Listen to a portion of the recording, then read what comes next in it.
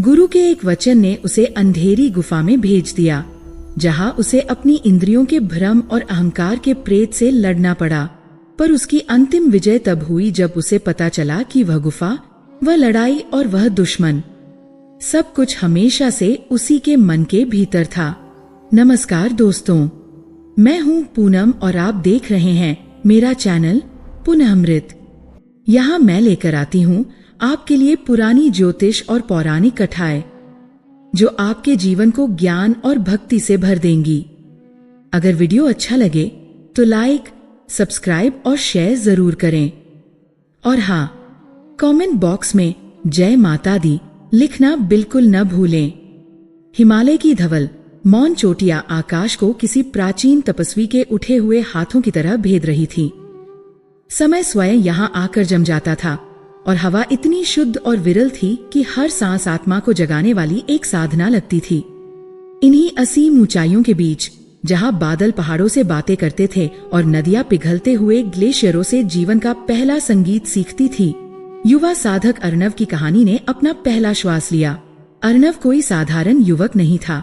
उसकी आंखों में एक ऐसी गहराई थी जो उसकी उम्र से कहीं ज्यादा पुरानी लगती थी। एक ऐसी जिज्ञासा जो संसार के सबसे गूढ़ रहस्यों के पार झांकने को आतुर रहती थी। पाटलिपुत्र के एक समृद्ध व्यापारी के घर जन्मा अर्णव के पास वह सब कुछ था जिसकी एक सांसारिक व्यक्ति कल्पना कर सकता था। ऐश्वर्य, सम्मान और एक सुनहरा भविष्य। उसके पिता उसे व्यापार के गुर सिखाना चाहते थे, उसे संख्याओं और मुनाफे की भाषा में पारंगत करना चाहते थे। उसकी माँ उसे एक सुंदर कुलीन कन्या से विवाह कर सुखी गृहस्थ जीवन जीते देखना चाहती थी। परंतु अर्णव की आत्मा किसी और ही गणित में उलझी थी, किसी और ही सुख की खोज में थी। बचपन से ही वह क्षण भंगुरता के बोध से घिरा रहता था। वह देखता कि कैसे वसंत के सबसे सुंदर फूल भी शाम ढलते मुरझा जाते थे, कैसे उत्सव की सबसे ऊंची हंसी भी रात के सन्नाटे में खो जाती थी, और कैसे सबसे प्रिय चेहरे भी समय की धूल में धुंधले पड़ जाते थे। यह नश्वरता, यह अस्थिरता उसे एक कांटे की तरह चुभती थी। उसे लगता था जैसे वह एक ऐसे मेले में खड़ा है जहां सब कुछ बिक रहा है, सब कुछ खरीदा जा रहा है, लेकिन कुछ भी स्थायी नहीं है, कुछ भी सत्य नहीं है।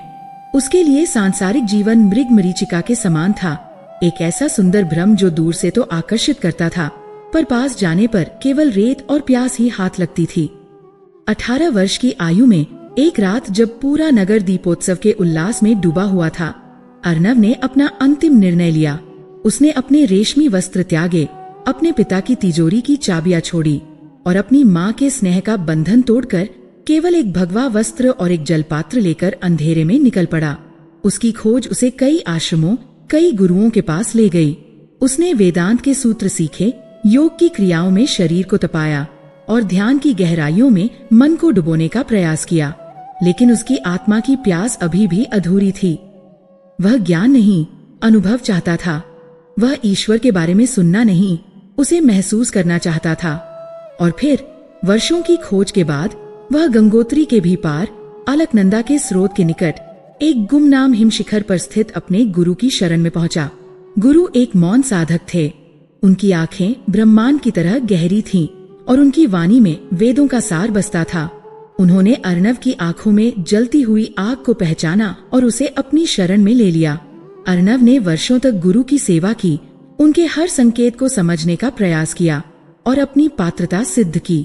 एक दिन जब पौष मास की बर्फीली हवाएं पहाड़ों से टकराकर सृष्टि के विनाश का संगीत गा रही थी, गुरु ने अर्णव को अपने पास बुलाया। उनकी कुटिया में एक छोटा सा दीपक टिमटिमा रहा था, जिसकी लौ बर्फीली हवा के झोंकों से कांप रही थी, फिर भी बुझ नहीं रही थी, ठीक अर्णव की इच्छा शक्ति की तरह।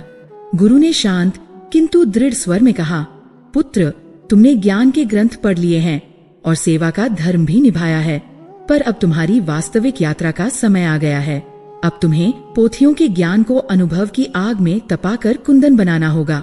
अर्णव ने श्रद्धा से सिर झुकाया। आज्ञा दें गुरुदेव, मैं हर परीक्षा के लिए प्रस्तुत हूँ। गुरु की आंखें पल भर के लिए बंद हुईं, जैसे वे अर्णव के भविष्य के मानचित्र को पढ़ रहे हों। फिर उन्होंने वे शब्द कहे जो अर्णव के जीवन का ध्रुव तारा और उसकी सबसे बड़ी चुनौती बनने वाले थे। तुम्हारी तपस्या एक प्रतिज्ञा से बंधी होगी। अर्णव, एक ऐसा वचन जो तुम्हारी आत्मा की हर परत को उधेड़ कर रख देगा। सुनो और इसे अपने श्वास में उतार लो। जब तक तुम अपनी पांचों इंद्रियों पर पूर्ण विजय प्राप्त नहीं कर लेते, तब तक तुम परदेश में रहोगे और तुम्हारी प्रतिज्ञा का हर कदम तुम्हें एक नए भ्रम में खसाएगा। वाक्य हवा में तैरता रहा। प्रत्येक शब्द एक विशाल घंटे की तरह अर्णव के अस्तित्व में गूंज रहा था। परदेश, वह तो पहले से ही घर परिवार से दूर परदेश में था, और यह कैसा वचन था कि हर कदम एक नए भ्रम में खसाएगा। इसका अर्थ क्या था? इससे पहले कि अर्णव कुछ पूछ पाता, गुरु ने आगे निर्देश दिया। यहाँ से 3 योजन उत्तर में अंधकार गर्भगृह नाम की एक गुफा है। वह गुफा सहस्राब्दियों से महान तपस्वियों की साक्षी रही है। तुम्हें वहां जाना है और ब्रह्मचारिणी माता की कठोरतम तपस्या का पालन करना है। तुम्हारी पहली परीक्षा वहीं होगी। जब तक तुम्हारा संकल्प पूरा ना हो जाए, उस गुफा से बाहर मत आना।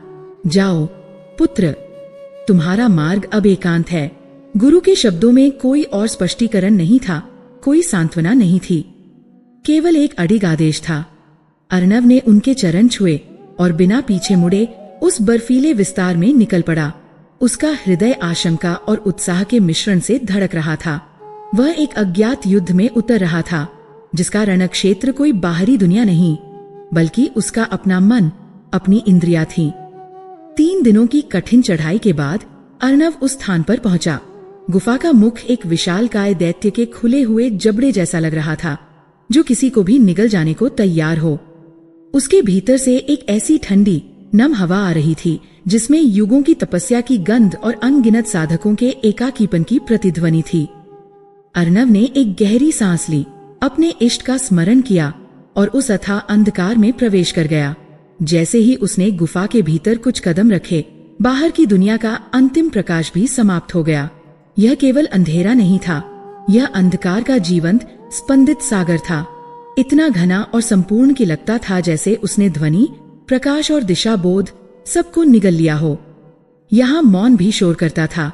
अपनी सांसों की आवाज, अपने हृदय की धड़कन, अपने रक्त के प्रवाह का स्वर, सब कुछ उसे किसी विशाल TRNG की तरह सुनाई दे रहा था। गुफा की चट्टानी दीवारें ठंडी और गीली थीं, जैसे वे निरंतर रो रही हों। अर्णव ने अपनी छोटी सी पोटली से एक कंबल निकाला और एक समतल पत्थर पर अपना आसन जमाया। उसने ब्रह्मचारिणी माता की तपस्या के नियमों का मन में स्मरण किया।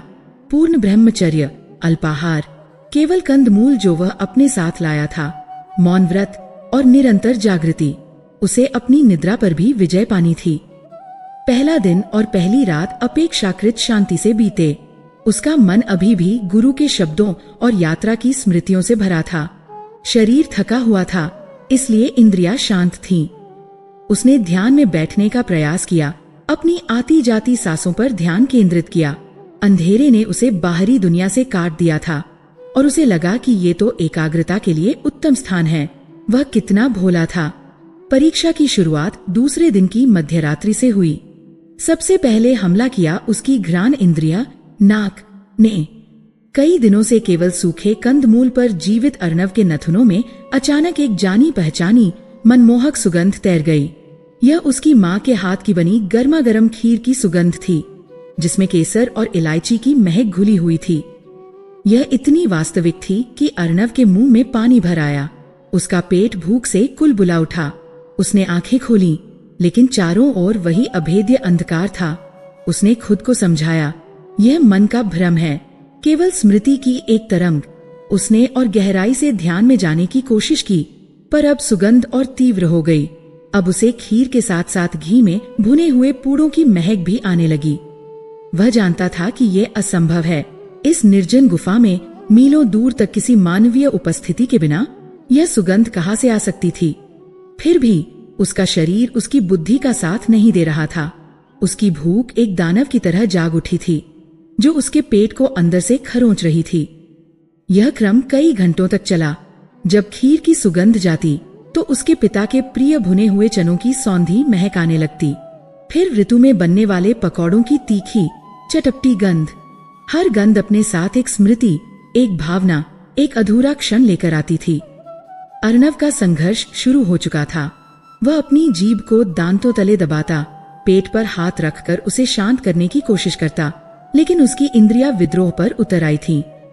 तीसरे दिन स्वाद की इंद्रिया जीभ ने भी इस युद्ध में भाग लिया। उसे अपनी जीभ पर सचमुच मीठे का अनुभव होने लगा, जैसे किसी ने उसके मुंह में मिश्री का टुकड़ा रख दिया हो। फिर उसे नमकीन स्वाद महसूस हुआ, जैसे उसने अपनी माँ के हाथ से नमक अजवाइन की रोटी का कौर खाया हो। वह बार बार थूकता, मुंह को अंदर से साफ करने की कोशिश करता, पर वह प्रेत स्वाद उसका पीछा नहीं छोड़ रहा था। ये एक भयानक यातना थी। उपवास का उद्देश्य इंद्रियों को शांत करना था, पर यहाँ तो उसकी इंद्रियां पहले से कहीं ज्यादा सक्रिय और शक्तिशाली हो गई थी। चौथे दिन स्पर्श की इंद्रिया त्वचा ने अपना खेल शुरू किया। गुफा की ठंडी नुकीली चट्टान जिस पर वह बैठा था, अचानक उसे रेशम की तरह मुलायम और गर्म महसूस होने लगी, जैसे पाटलिपुत्र में उसकी अपनी आरामदायक शैया हो। ठंडी हवा के झोंके उसे गर्म हवा के सुखद थपेड़ों की तरह लगने लगे। उसे अपनी पीठ पर किसी के कोमल हाथ का स्पर्श महसूस हुआ, ठीक वैसे ही जैसे बचपन में जब वह बीमार पड़ता था तो उसकी माँ उसके सिर पर हाथ फेरती थी। एक पल को अर्णव कांप गया। वह लगभग पीछे मुड़कर देखने ही वाला था, पर उसे अपना मौन व्रत और अपनी प्रतिज्ञा याद आ गई। उसने अपने नाखूनों को अपनी हथेली में इतनी जोर से चुभोया कि दर्द की एक तेज लहर ने उस सुखद स्पर्श के भ्रम को तोड़ दिया। पर वह भ्रम बार बार लौट कर आता रहा, कभी गर्म पानी से स्नान की अनुभूति बनकर, तो कभी नर्म धूप में लेटने का एहसास बनकर। अब तक अर्णव समझ चुका था कि यह कोई सामान्य साधना नहीं है। गुरु के शब्द उसके कानों में गूंज रहे थे, तुम्हारी प्रतिज्ञा का हर कदम तुम्हें एक नए भ्रम में फंसाएगा। वह जितना इंद्रियों को जीतने की कोशिश कर रहा था, वे उतना ही शक्तिशाली होकर उस पर हमला कर रही थीं। पांचवें दिन श्रवण इंद्रिया कान की बारी थी। गुफा का जो सन्नाटा अब तक उसे अपनी धड़कन सुनाता था, उसमें अब फुसफुसाहटें घुलने लगी। पहले तो वे अस्पष्ट थीं, जैसे हवा का सरसराना, फिर वे स्पष्ट होने लगी। उसने अपनी छोटी बहन की खिलखिलाहट सुनी, जो उसे चिढ़ाते हुए पुकार रही थी, अर्णव भैया, कहाँ छिप गए हो? यह आवाज इतनी जीवंत थी कि अर्णव का हृदय एक पल को रुक सा गया। उसकी आंखों के कोने भीग गए। उसने अपने कानों पर हाथ रख लिए, पर आवाजें अब उसके मस्तिष्क के भीतर से आ रही थीं। फिर उसके पिता की भारी निराशा भरी आवाज आई, मूर्ख लड़के, तूने हमारा नाम मिट्टी में मिला दिया। सोने के कटोरे को छोड़कर भीख का पात्र उठा लिया। लौटा, अभी भी समय है। और फिर वह आवाज आई जिससे वह सबसे ज्यादा डरता था, उसकी माँ की, एक सिसकती हुई टूटी हुई आवाज, बेटा, क्या तेरी माँ की ममता में कोई कमी रह गई थी? क्या मेरे दूध का यही कर्ज चुकाया है तूने? मैं हर दिन तेरे लौटने की राह देखती हूँ। मेरी आंखें पथरा गई हैं। लौटा मेरे लाल। ये हमला सबसे क्रूर था। भूख, ठंड और नींद की कमी से अर्णव का शरीर पहले ही जर्जर हो चुका था, और अब यह भावनात्मक प्रहार उसकी इच्छा शक्ति को तोड़ने के लिए काफी था। वह चीखना चाहता था, चिल्लाकर कहना चाहता था, माँ, मैं विवश हूँ, पर उसका मौन व्रत आड़े आ रहा था। आंसुओं की गर्म धाराएं उसके गालों पर बहने लगी। उसका ध्यान पूरी तरह भंग हो चुका था। वह अब साधक नहीं, बस एक दुखी असहाय पुत्र था जो अपनी माँ के लिए तड़प रहा था। उसे लगा कि वह पागल हो जाएगा। ये आवाजें, ये स्मृतियां किसी नागपाश की तरह उसे जकड़ रही थीं। कई दिन और रातें इसी नरक में बीती। कभी उसे अपने मित्रों के हंसने की आवाजें सुनाई देती, जो उसका उपहास उड़ा रहे थे। कभी उसे नगर में हो रहे उत्सव का संगीत सुनाई देता। हर आवाज उसे उसके पुराने आरामदायक जीवन की ओर खींचने का एक प्रयास थी। और फिर शायद 10वें या 11वें दिन, समय का बोध अब समाप्त हो चुका था, अंतिम और सबसे शक्तिशाली इंद्रिय ने अपना आक्रमण किया। दृष्टि इंद्रिय, आंखें। उसने ध्यान में बैठने की कोशिश की, पर जब आंखें खोली तो गुफा का अंधेरा गायब था। उसके सामने उसका अपना शयन कक्ष था, जो पाटलिपुत्र में था। वही खिड़की जिससे सुबह की पहली किरण आती थी, वही बिस्तर जिस पर वह सोता था, वही मेज जिस पर उसकी पसंदीदा पुस्तकें रखी थी। सब कुछ इतना वास्तविक था कि एक पल को उसे लगा कि यह 10 दिनों का तपस्या का जीवन ही एक बुरा सपना था और वह अब जाग गया है। उसकी माँ कमरे में प्रवेश करती हुई दिखाई दी। उनके हाथ में दूध का कटोरा था। उनके चेहरे पर वही ममता में मुस्कान थी। उठ जा बेटा, बहुत देर हो गई, उन्होंने कहा। अर्णव का गला रूंध गया। वह खड़ा होना चाहता था, अपनी माँ के गले लगना चाहता था, पर उसके शरीर में शक्ति नहीं थी। वह जानता था कहीं गहरे में कि यह सच नहीं हो सकता, पर उसकी आंखें, उसका हृदय, उसकी आत्मा उस भ्रम को सच मान लेना चाहती थी। उसने अपनी आंखें जोर से बंद कर ली और फिर खोली। दृश्य बदल गया। अब वह गंगा के किनारे अपने मित्रों के साथ बैठा था। वे हंस रहे थे, बातें कर रहे थे, भविष्य की योजनाएं बना रहे थे। हवा में एक अजीब सी स्वतंत्रता और उल्लास था। उसका एक मित्र बोला, अर्णव, तू कहाँ इन साधुओं के चक्कर में पड़ गया? देख, जीवन कितना सुंदर है। चल, आज नौका विहार करने चलते हैं। अर्णव ने फिर आंखें बंद की। हर बार जब वह आंखें खोलता, एक नया लुभावना दृश्य उसका इंतजार कर रहा होता। कभी स्वादिष्ट व्यंजनों से भरा भोजन का थाल, तो कभी सुंदर अप्सराओं का नृत्य। हर दृश्य उसकी किसी न किसी दबी हुई इच्छा, किसी न किसी सांसारिक आसक्ति पर चोट कर रहा था। उसकी इच्छा शक्ति का दीपक अब लगभग बुझने की कगार पर था। उसे लगने लगा कि वह सचमुच हार रहा है। वह इस गुफा से, इस प्रतिज्ञा से, इस तपस्या से भाग जाना चाहता था। वह लगभग उठकर गुफा के मुंह की ओर भागने ही वाला था कि उसके मन के किसी कोने में एक विचार कौंधा, एक संदेह।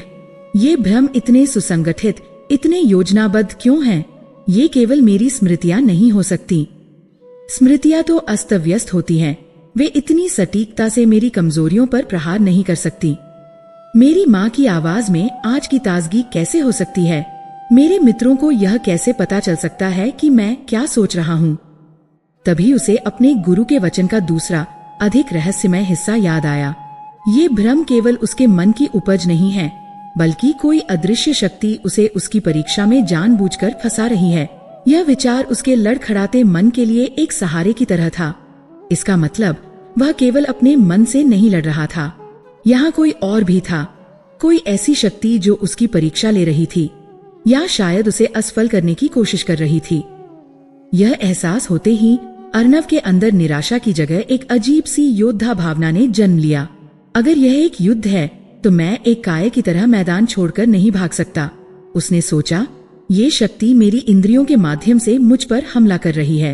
यह मेरे मन को चारा डाल रही है और मेरे शरीर को प्रतिक्रिया देने के लिए उकसा रही है। मैं इसके खेल में फंस रहा हूँ। मैं इन भ्रमों से लड़ रहा हूँ, इनसे घृणा कर रहा हूँ, और इसी लड़ाई के कारण मैं इन्हें और अधिक शक्ति दे रहा हूँ। उसे अपनी भूल समझ में आई। गुरु ने इंद्रियों पर विजय पाने को कहा था, उन्हें दबाने या नष्ट करने को नहीं। विजय का अर्थ युद्ध करना नहीं, बल्कि युद्ध के पार चले जाना है।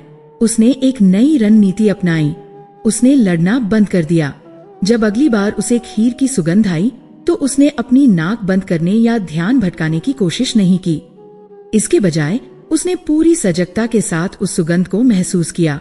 उसने खुद से कहा, हाँ, यह सुगंध है, यह नासिका का विषय है, मैं इसका साक्षी हूँ, मैं यह सुगंध नहीं हूँ। उसने उस सुगंध को एक बादल की तरह अपने मन के आकाश से गुजरते हुए देखा, बिना उससे जुड़े, बिना उसे अच्छा या बुरा कहे। धीरे धीरे सुगंध की शक्ति कम होने लगी और वह विलीन हो गई। जब उसकी माँ की आवाज आई, तो उसने अपने कान बंद नहीं किए। उसने उस आवाज को सुना, अपने हृदय में उठे प्रेम और पीड़ा को महसूस किया, पर उस भावना में बहा नहीं। उसने अपनी चेतना को एक चट्टान की तरह स्थिर रखा और भावना की लहर को खुद से टकरा कर लौट जाने दिया। उसने आवाज से कहा, तुम मेरी स्मृति हो, मेरा प्रेम हो, पर तुम सत्य नहीं हो। मेरा सत्य इस क्षण, इस श्वास में है। जब उसके सामने भोजन से भरा थाल प्रकट हुआ, तो उसने घृणा से मुंह नहीं फेरा। उसने उसे ध्यान से देखा। थाल में रखे हर व्यंजन के रंग, आकार को एक कलाकार की तरह निहारा, और फिर उसने अपनी सजगता को अपनी भूख पर केंद्रित किया। उसने देखा कि भूख पेट में एक सनसनी मात्र है। उसने उस सनसनी को भी साक्षी भाव से देखा। जब उसने भोजन को केवल एक दृश्य और भूख को केवल एक शारीरिक संवेदना के रूप में देखना शुरू किया, तो दोनों के बीच का मोहक संबंध टूट गया। दृश्य अपनी शक्ति खो बैठा।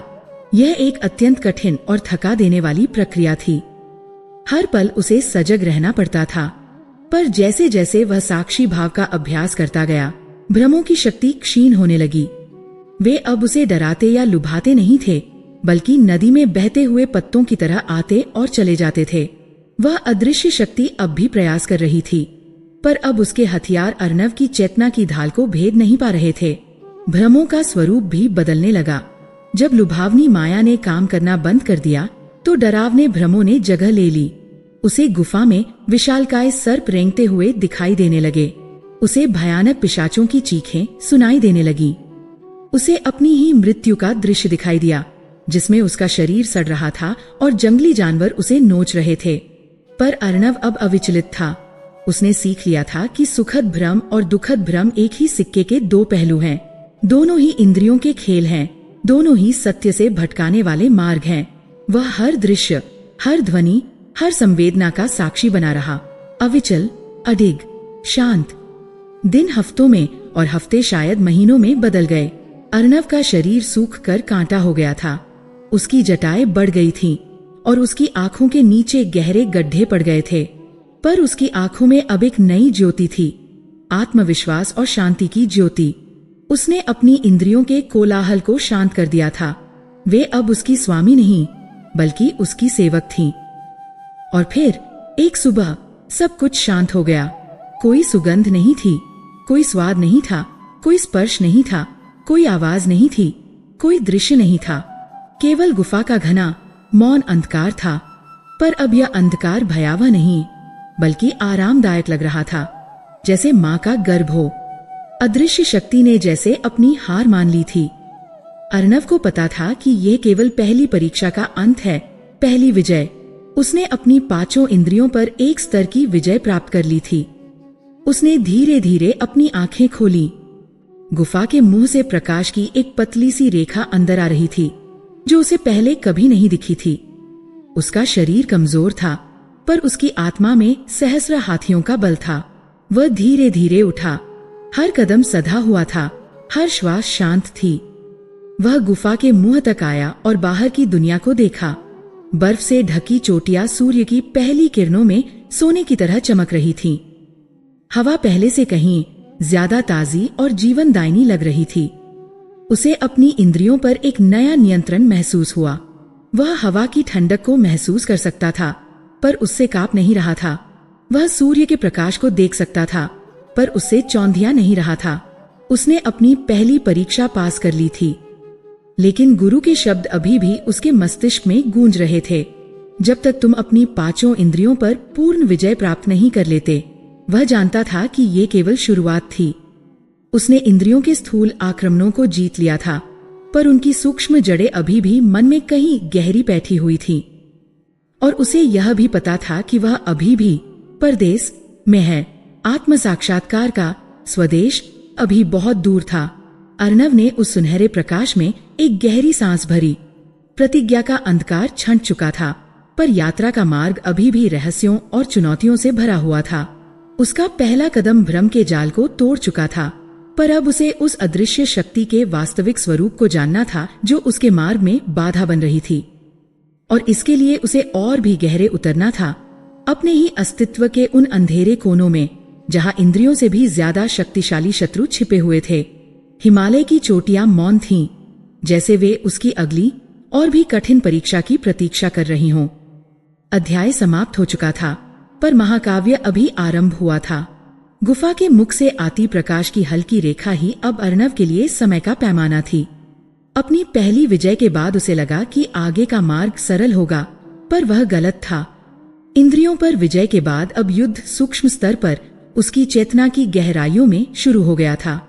अब उसे बाहरी नहीं, बल्कि आंतरिक भ्रमों ने घेर लिया था। जहां पहले उसे प्रियजनों की याद आती थी, वहीं अब उसे अपनी ही साधना की सफलता और प्रशंसा के विचार घेर लेते थे, जो किसी चिपचिपे जाल की तरह उसकी चेतना से लिपट जाते। एक दिन जब वह ध्यान की गहरी अवस्था में था, एक दिव्य लेकिन निराशाजनक आकाशवाणी गूंजी। तुम्हारी तपस्या व्यर्थ है अर्णव। तुम जो खोज रहे हो उसे कभी नहीं पा सकते।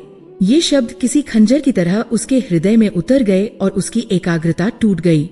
अब उसे गुफा के अंधकार में एक ऐसी अदृश्य शक्ति का एहसास हुआ, जो उसे देख रही थी और उसका उपहास कर रही थी।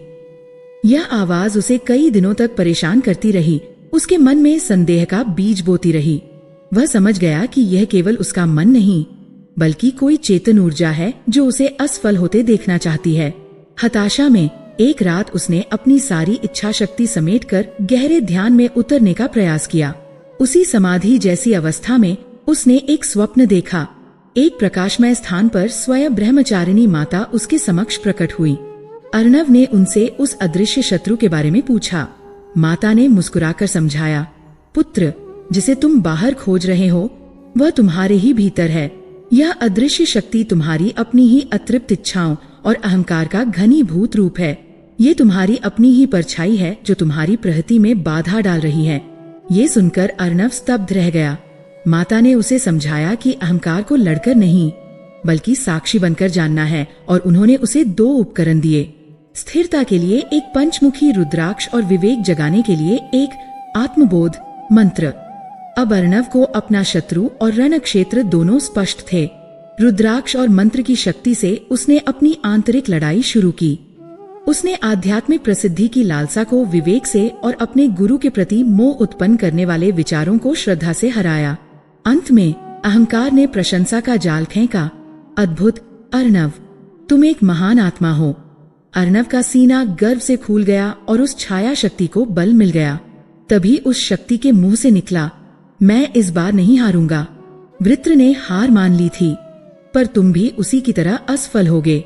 वृत्र का नाम सुनते ही अर्णव के मन में एक पूर्व साधक के दृश्य कौंध गए, जो इसी गुफा में अहंकार के कारण पागल होकर मर गया था।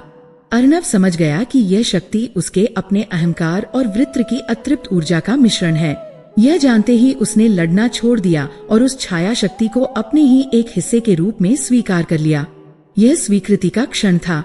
संघर्ष के बिना वह शक्ति कमजोर पड़ गई और उसकी आकाशवाणी एक क्षीण प्रतिध्वनि बनकर रह गई। अर्णव ने समझ लिया था कि अहंकार को मारकर नहीं, बल्कि उसे जानकर और स्वीकार करके ही जीता जा सकता है। गुफा का अंधकार अब उसे डराता नहीं था, क्योंकि वह अपने भीतर के सबसे बड़े अंधकार का सामना कर चुका था। हिमालय की गोद में युवा साधक अर्णव ने आत्मज्ञान की खोज में सांसारिक जीवन त्याग दिया। उसके गुरु ने उसे एक कठिन प्रतिज्ञा दी, जब तक तुम अपनी 5 इंद्रियों पर पूर्ण विजय प्राप्त नहीं कर लेते, तब तक तुम्हारा हर कदम तुम्हें एक नए भ्रम में फंसाएगा। उसकी पहली परीक्षा एक अंधेरी निर्जन गुफा में शुरू हुई। वहाँ उसे अपने पुराने जीवन के सुख, भोजन की सुगंध और प्रियजनों की आवाजों जैसे मायावी भ्रमों ने घेर लिया। पहले तो वह उनसे लड़ा और कमजोर पड़ गया, पर जल्द ही उसे समझ आया कि इन भ्रमों से लड़ना नहीं, बल्कि साक्षी भाव से उन्हें देखना है। इस तरह उसने अपनी इंद्रियों के बाहरी आक्रमण पर विजय पाई। लेकिन उसकी लड़ाई अभी खत्म नहीं हुई थी।